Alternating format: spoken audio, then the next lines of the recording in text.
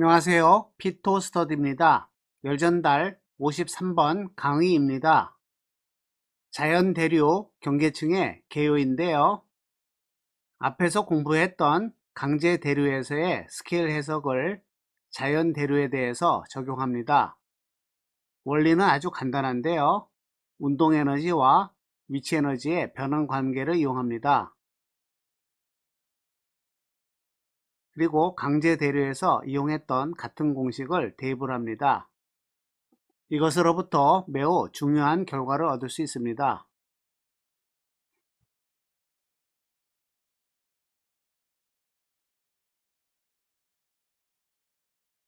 자연대류에서의 무차원수는 그라소프수라는 것을 공부했습니다.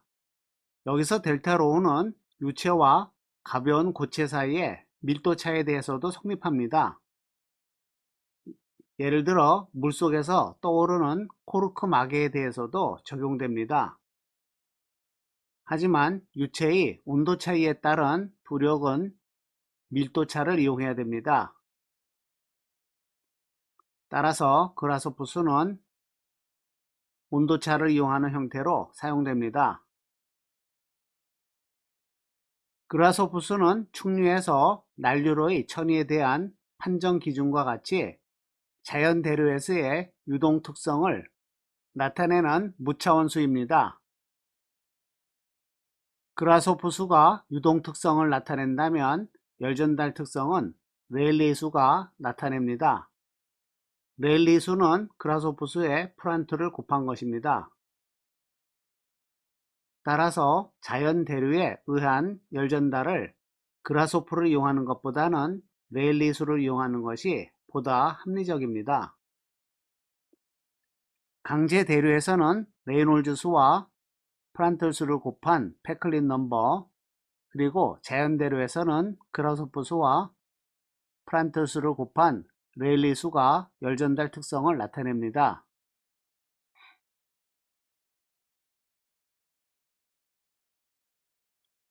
가열 수직 평판에서의 경계층입니다. 가장 대표적인 문제인데요. 정지한 유체 속에 수직 평판을 담그고요. 벽면을 가열합니다. 그러면 가열되고 있는 수직 평판 가까이에 있는 유체는 온도가 올라가면서 가벼워집니다.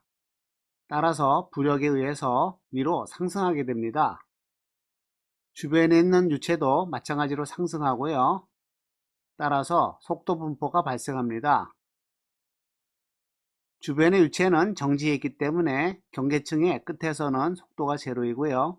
벽면에서도 제로입니다. 따라서 중간에 최고 속도가 발생하고요. 이것을 UM이라고 합니다.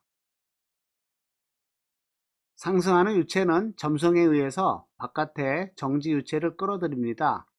따라서 경계층은 점점 두꺼워지겠네요. 그렇다면 경계층에서의 온도 분포는 어떨까요? 온도 분포는 강제 대류에서의 온도와 굉장히 비슷한 모양입니다. 속도 분포는 상당히 다른 모양이고요.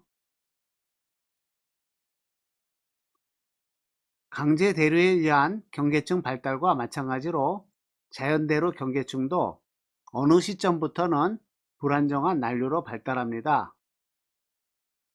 발달 길이 x에 기준한 그라소프 수가 10의 9 거듭제곱 정도면 난류로 천회한다고 합니다.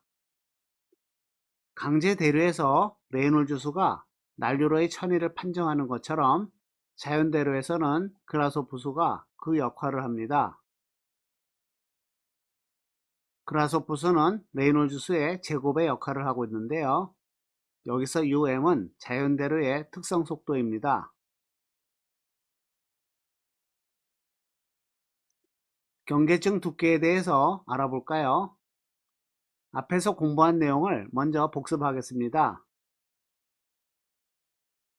프란트 수가 1에 가까운 유체인 경우에 속도 경계층과 온도 경계층의 두께는 거의 같습니다. 옆에 그림에서 강제 대류에 의한 경계층 발달입니다. 앞에서 공부한 바와 같이 경계층 두께의 제곱은 확산율의 정의로부터 확산율 곱하기 시간이 됩니다. 시간 스케일은 x를 속도로 나눈 것이 되고요. 따라서 델타는 x의 2분의 1 거듭제곱인 것을 공부했습니다. 그러나 자연대로의 경우에는 외부 기준 속도가 존재하지 않습니다. 쉽게 말해서 u 인피니티라는 속도가 없습니다. 따라서 경계층 두께는 달라지는데요. 다음에 두 예제를 통해서 알아보겠습니다. 예제 1번입니다. 등원 조건으로 가열되는 경우인데요. 경계층의 대표 속도는 x의 2분의 1 거듭제곱, 경계층의 두께는 4분의 1 거듭제곱으로 어림됩니다. 여기서 온도와 열 경계층의 두께는 같다고 생각합니다. 이 문제를 해석하는 것은 간단한 원리인데요.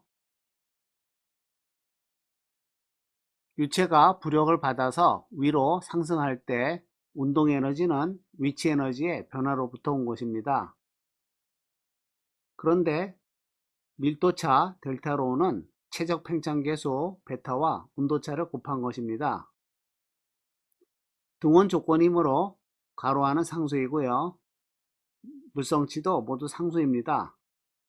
따라서 경계층의 대표 속도는 x의 2분의 1 거듭제곱이 됩니다. 운동에너지와 위치에너지의 관계로부터 어림되죠. 그런데 경계층 두께의 제곱은 알파 곱하기 시간, 다시 말해서 x를 대표 속도로 나눈 것입니다. 여기서 대표 속도는 x의 2분의 1 거듭제곱이므로 정리하면 델타는 x의 4분의 1 거듭제곱이 됩니다. 그리고 열전달 측면을 보면요. 가열 벽면으로부터의 열속은 온도차를 경계층 두께로 나눈 것입니다. 물성값은 일정하고요. 온도차도 일정합니다. 따라서 열속은 델타의 역수에 비례하는데요. 따라서 열속은 x의 마이너스 4분의 1 거듭제곱에 비례합니다. 이와 같이 비교적 간단한 어림으로부터 자연대로의 특성을 미리 예측할 수 있습니다.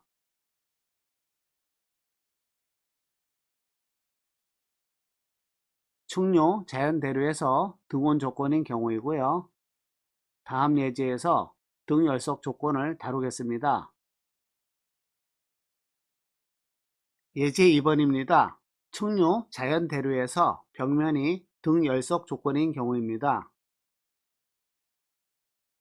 대표 속도는 x의 5분의 3 거듭제곱, 경계층 두께는 x의 5분의 1 거듭제곱인 특성을 가집니다. 이것을 보이는 것인데요. 온도 및 열 경계층의 두께는 같다고 생각합니다. 예제 1번에서 사용한 어림식을 그대로 이용합니다. 운동 에너지는 위치 에너지로부터 온 것이고요. 경계층의 두께는 확산율 곱하기 시간 스케일입니다. 시간 스케일은 길이를 속도로 나눈 것이고요. 여기서 델타-로는 베타 델타 t가 됩니다. 앞의 예제와 같은 원리지만요. 등원 조건에서는 델타 t 온도차가 일정했습니다. 하지만 등 열속에서는 왼쪽이 일정하고요. 온도차는 경계층 두께에 비례합니다. 따라서 결과가 달라집니다.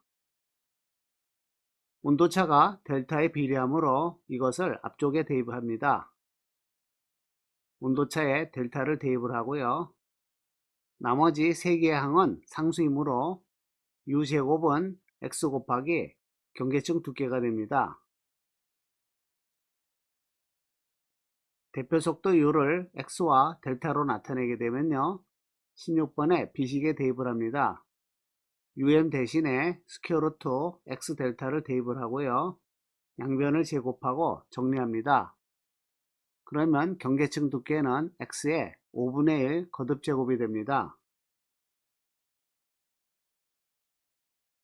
계속해서 대표 온도의 제곱이 x와 델타의 곱이므로 델타의 값을 대입을 하면은 대표 속도는 x의 5분의 3 거듭제곱이 됩니다.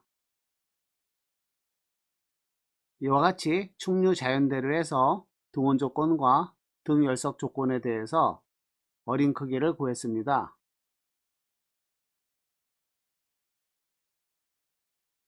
오늘의 개념 카드입니다. 자연대로에서 열전달 특성을 나타내는 레일리수를 공부했고요. 충류 자연대로에서 등원 조건과 등열석 조건에 대해서 대표 속도, 경계층 두께의 어린 크기를 구했습니다. 열전달 53번 강의입니다. 시청해 주셔서 감사합니다.